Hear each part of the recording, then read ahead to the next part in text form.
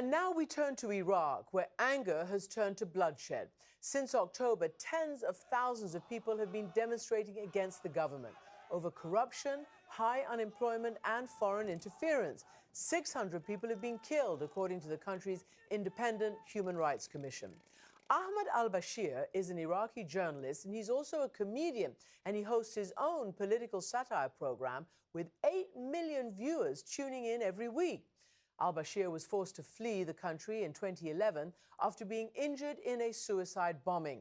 And he spoke to our Hari Srinivasan about his journey and his mission to fight corruption and extremism with humor. Why are you doing this show? We're trying, actually, the show is just, it's my job. I'm telling the people the reality, because in Iraq there is no independent media. All the media in Iraq institutions are connected to some politicians or agendas or countries. So we're doing the show just to tell the people what's going on and to tell this new generation specifically, which is 65% of all Iraqis, because 65% of this generation of Iraq, is between 15 to 35.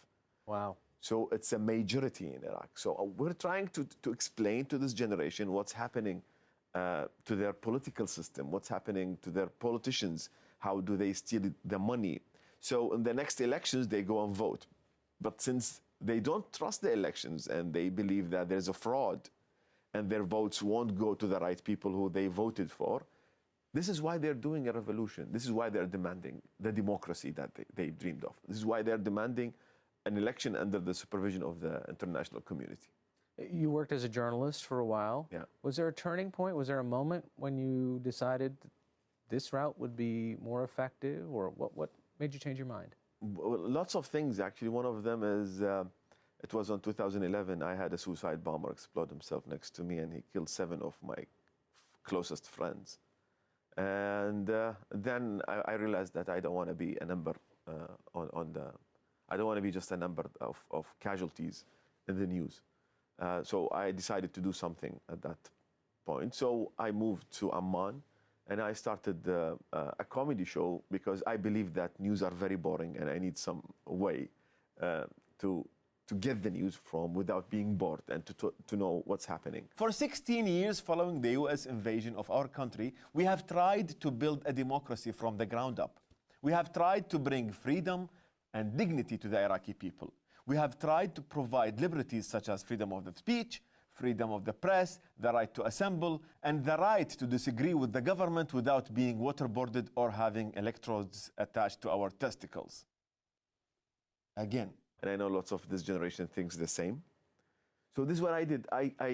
We moved, like we took the script of the news, the same script, which is in Fusha. Fusha means the official language of the TV stations and the news.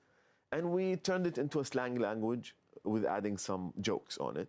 People start to like it, and people start to watch it to know about. So now I can see lots of youth watching the show, and they're learning about their politicians. And for me, it's amazing. It's amazing how casual you were with the fact that a suicide bomber blew himself up next to you. I mean, I think it's a level of violence in the West that we're so unfamiliar with. Yeah. That if that's not the craziest thing that's happened in your life, right, and it hasn't been, I mean, what are the kinds of things that you've experienced that have just been normal to you, that when you get to a place like the United States or any of the other countries you've lived in, you realize that's not normal? What have you been through? No, I realized it's not normal when I was living in Iraq, trust me. I lost my brother, I lost my father, I lost my uncle, I lost my cousin, I was kidnapped, lots of my friends were killed in sectarian war. I lived all the things that I think lots of Iraqis lived just like me. This is why this show was very important to me, because for me, it's a way to stop the killing from the source. It's a way to prevent more death and more blood spilled on the ground of Iraq, because I believe we had enough. So this is the show gives hope, and at the same time gives you maybe a better future. We're interviewing lots of people who are inspiring to Iraqis. And we believe that with this generation, they will stop the killing from the source. And this is exactly what's happening now. They're demanding to stop the killing from the source. So this new generation, are these the people who have been protesting since October? Yes, these are the same people. And do you know that your work is actually being seen by these people? Are they watching this on their cell phones out on the streets? Actually, they do watch the show on a big screens in the squares while they are protesting. So this is, for me, it's a huge responsibility. One of the things that has unfortunately been undercovered in the United States is the protests that have been going on since October. What are the goals of the people that are on the streets now? Their demand is to regain their own democracy. They want the real democracy. They want their votes to go to the right people. They don't want a fraud. They don't want militias. They don't want weapons and guns outside the control of the government. They want a strong army. They want good relationship with all the countries, no influence from other countries. And they want friendship, actually, with everyone else in the world. One of the things you say that is a significant cause of concern is the corruption that's happening inside of Iraq today. In fact, on one of the English episodes that you had, I want to play a clip. You talk about muhassasa, which is part of the problem. Let's take a look. You know, when Baqir was asked about why he was qualified to be the Minister of the Interior or to take any of these positions for that matter, do you know what he said? جابك على الأمن، عناوينك كلها ما تقرأ أمن، مهندس، رجل أعمال، اشتغلت بالإعلام. نعم، اشتغلت بالإعلام وسياسي. لكن الأمن كان في الظل. من طفولتي كنت أتابع أرسي لوبين، كنت أتابع مونte كريستو وإلى آخره من المسلسلات. كان عندي شغف في الاطلاع على هذه الملفات. Yes, that's right. He got his expertise in statecraft and security from watching The Count of Monte Cristo as a child. Yes. So don't worry, everyone. Tonight I'm going to go home and watch Frozen. And I'll learn what I have to learn. And then tomorrow I'll enact some policies that can solve climate change. Don't worry, I've got it from here, guys. Greta, that's okay. I'm very qualified now. Go home.